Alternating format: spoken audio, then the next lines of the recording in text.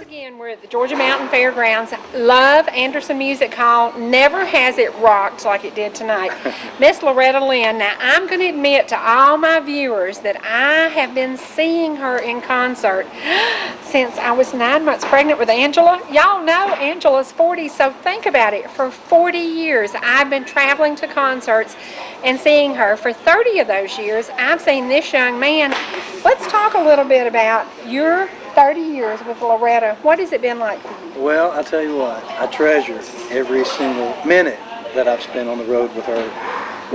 When she brought that up tonight, she doesn't usually bring that up. She doesn't usually talk about it. And you only look 29, so you are how old? How old are you? Winning points early here.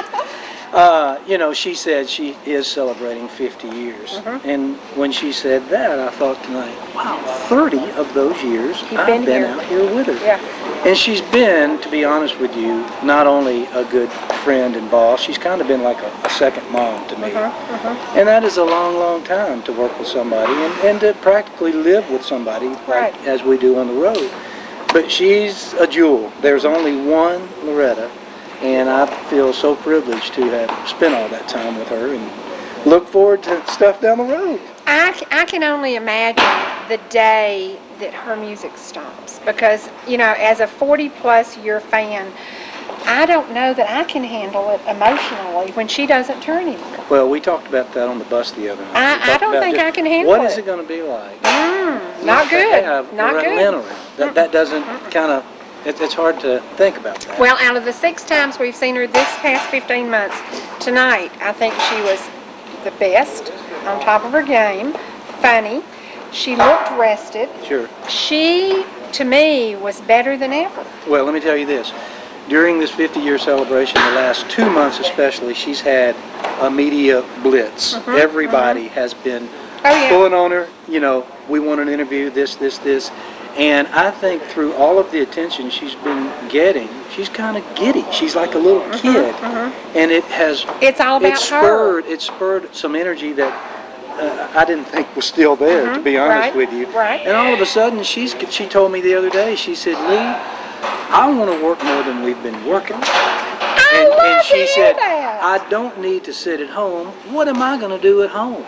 You know, and she's right. I mean, this is the thing that's going to keep her young. Yes. You know, it's going to keep her on top of her game. And it was music to my ears. I was glad that she said that. I hope that this does encourage her because I have been a little nervous. Tonight we had a lot of our viewers here who had never had the opportunity to see her. And I told them all on the air, I said, look guys, face it, she's 75. 50 years in the business. We don't know how long she's going to be performing. True. So a lot of folks came tonight thinking, what if this is the last time she comes to Georgia? Oh, I know. Now, y'all are leaving tonight to go to Florida. Exactly. A long trip. She will rest on the bus? She will. There's a good chance she might be already down. Okay. Typically after a show, she'll eat her dinner. That's when she eats. Okay. And that's probably what she's doing right now. And as soon as she's done, we'll head down the road. She'll go to sleep, and the day will start all over again. Now, what is a typical week? Because you said y'all spend downtime together too. When you're not working, do you... This is a funny question. Do you practice or do you just wake up and know how to do this stuff? We don't practice a lot, to be honest with you. At the beginning of the year, just about every artist will take the winter off, or the bulk of the winter, and start up around February or March. We will do rehearsals because a lot of times she'll want to put some older songs back in the show, songs we typically don't do, or maybe brand new songs. So that's when we do our rehearsals. Then periodically throughout the year, if we've got a long span of time off, we'll go out to her ranch, and she's got a little studio there that we gather in, and we'll go in and woodshed. You know, we'll just kind of polish up what we already know, and that's kind of how that works as far as rehearsals. Well, I have been to Butcher Holler. I know where this woman started. To see the home and to see the surroundings and to see Uncle Herman's store still there, to see the things that she came from, do you think sometimes she looks around and says, man, I can't believe I'm here? Oh, she talks about it all the time. It was so funny. I can't remember. It was one of her grandkids, I think, not long ago, came up to her and said, Mama, did you know that so-and-so said that "You were really famous?" And she said, and I thought "Me?" that was so cute, you know. And yeah, it is hard to believe, especially when you think about where she came from, those early days. I mean, okay, 30 years, then that means you knew the man that I truly believe rescued her and gave her Loretta Lynn, because she would never have stepped on stage without Doolittle's promoting what he saw at home as she sang to the children. And you know, I was around in those days, and he was what motivated her. And he was the kind of guy, he was a quiet man. Was he proud of her? Tell me he was proud of her. Oh, there were times, one time we learned a gospel medley, just the background singers. There was, you know, Peace in the Valley and songs like that in the medley. And we would come out front, and I saw him one time at the end of our show when she finished with How Great Thou Art. And then we backed her up on that. And he had tears just streaming down his face. He was as proud as he could possibly be. And he wasn't very outgoing. He was, like I said, soft-spoken, but yet he knew that everybody in this band and everybody that's on the road gave our all. And we supported her, we were loyal to her, and she's been loyal to us. I mean, obviously, I've been around 30 years. And it's always been truly like one real family on the road. And I've been around long enough to know that every band out there, it's not that way. I mean, sometimes there's this, you know, a lot of discord, but in this group, it's always been like one tight, bonded family.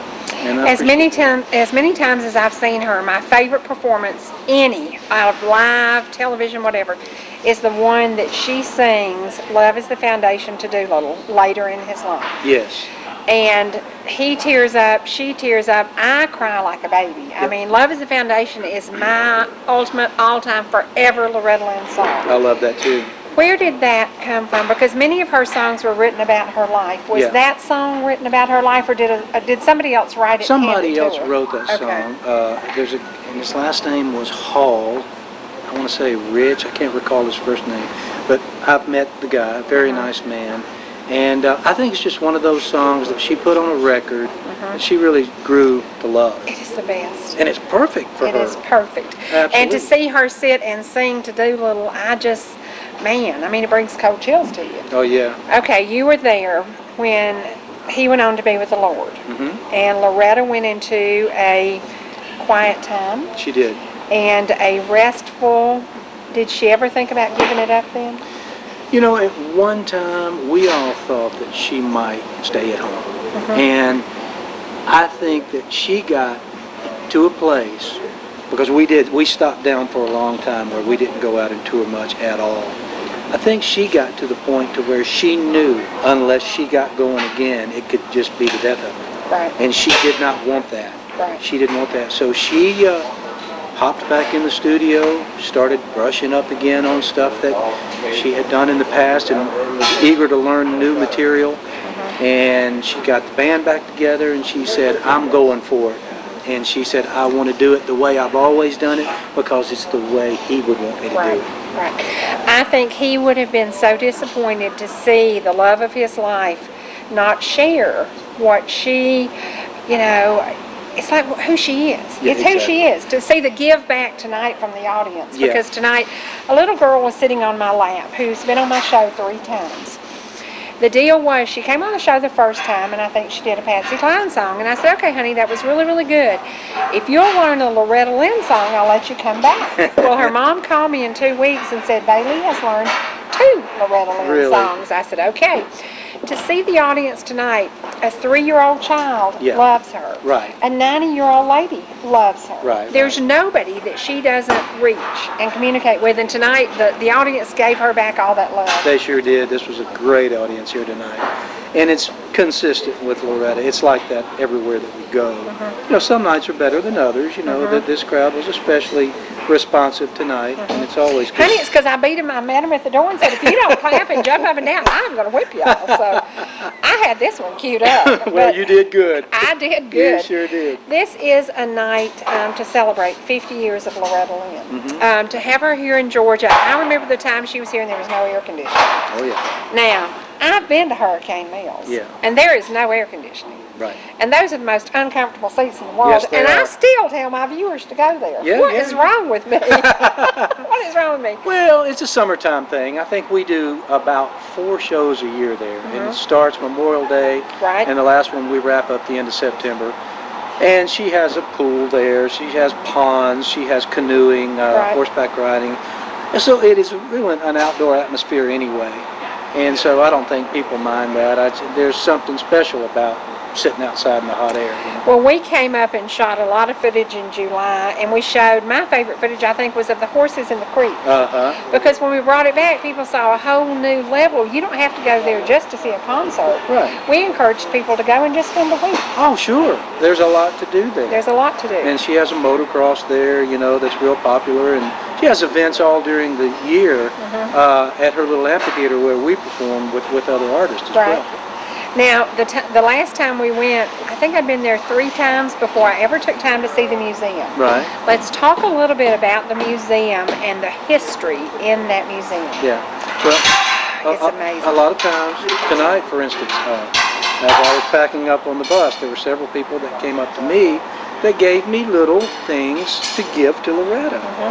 She treasures that stuff, and that's what she has in her museum. She has pieces like that, you know, books or dolls or what have you, just things that mean something to her, and she won't let us throw anything away. I don't care what it is, you know. Maybe hoarding. She could be on the hoarding program. But the museum is special. It's got a couple of old buses that I used to travel in. And her Mercedes. Now, I'm a Mercedes girl. I'm a Mercedes guy. Mercedes. Oh, gosh, I do too. Love her Mercedes. Now, that was a gift from Doolittle for what, their anniversary? Right, yeah, the gold one. I remember when he bought it. Yep. Incredible.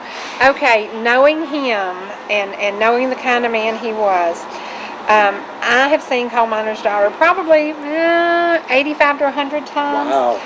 I loved Tommy as he portrayed Doolittle. Was that a true portrayal of Doolittle? Yeah, I thought it was an excellent portrayal. I honestly do.